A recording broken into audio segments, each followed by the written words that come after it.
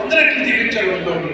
బలహీనం కాస్త మొదలెట్లేనివి మహాబలహీనమైతే బెస్ట్ కాస్త దేవుడు దీవిస్తే 100 times దీవిస్తే ఏమవుతుంది, మరింత బెస్ట్ అవుతుంది. ఏమైనా కావచ్చు, దేవుడికి ఏమైతే మొక్కు చేసుకుంటున్నారో మొక్కుబడి చేసుకుంటున్నారో స్థిరపడిన తర్వాత మొక్కుబడిని చెల్లించటం, అది దేవుడికి చూపిస్తున్న కృతజ్ఞత. ఎలా ఉండాలో చిన్న పాప మనకు నేర్పిస్తుంది. ఇది ఎల్బీ స్టేడియంలో చూపించి మరొకసారి చూపిస్తున్నాం.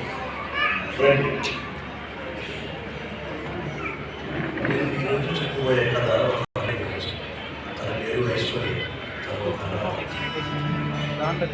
నాకు బేకరీ ఉండేది.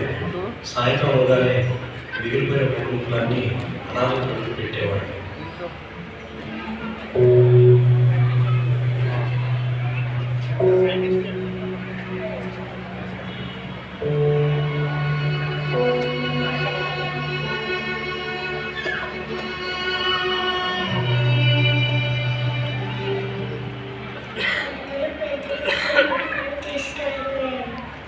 నాకు చిన్న ముక్కే దొరికింది.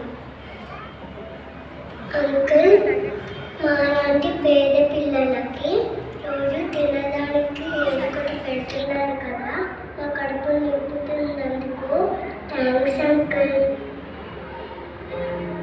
తుమ్ముకుంటున్నారా?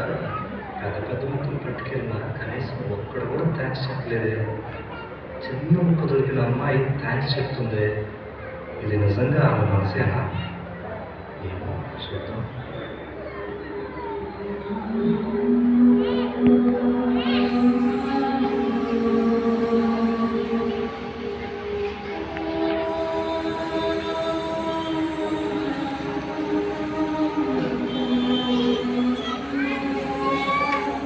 Uncle, thank you uncle.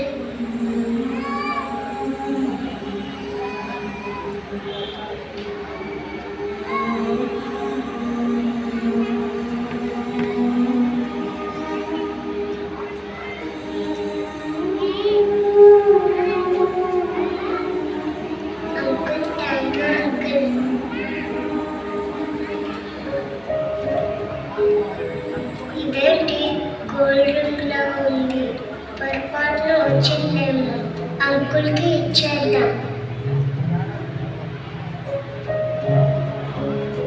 Uncle, పొరపాటున మీరు ఇచ్చిన పనిలో ఈ గోల్డ్ రింగ్ వచ్చింది అంకుల్.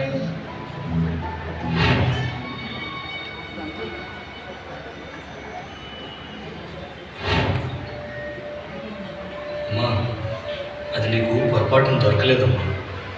ఆ బంగారు ఉంగరాన్ని నేనే ఆ రొట్టె ముక్కలో పెట్టాను.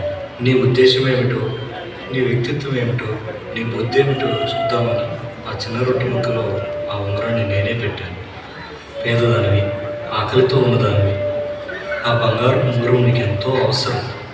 అయినప్పటికీ తిరిగి వచ్చి నీవు రుణపడిన హృదయాన్ని చూపించావు. నమ్మకంగా ఆ బంగారు ఉంగరాన్ని నువ్వు నాకు తిరిగి తీసుకొచ్చి ఇచ్చేసావు. అమ్మా, నువ్వు ఆర్థికంగా పేదదానివే కానీ బుద్ధిలో పేదదానివి కాదమ్మా. ఇక నుంచి నువ్వు ఆ అనాథలతో ఉండవలసిన అవసరం లేదమ్మా. నేను నా కూతురుగా అంగీకరిస్తున్నాను.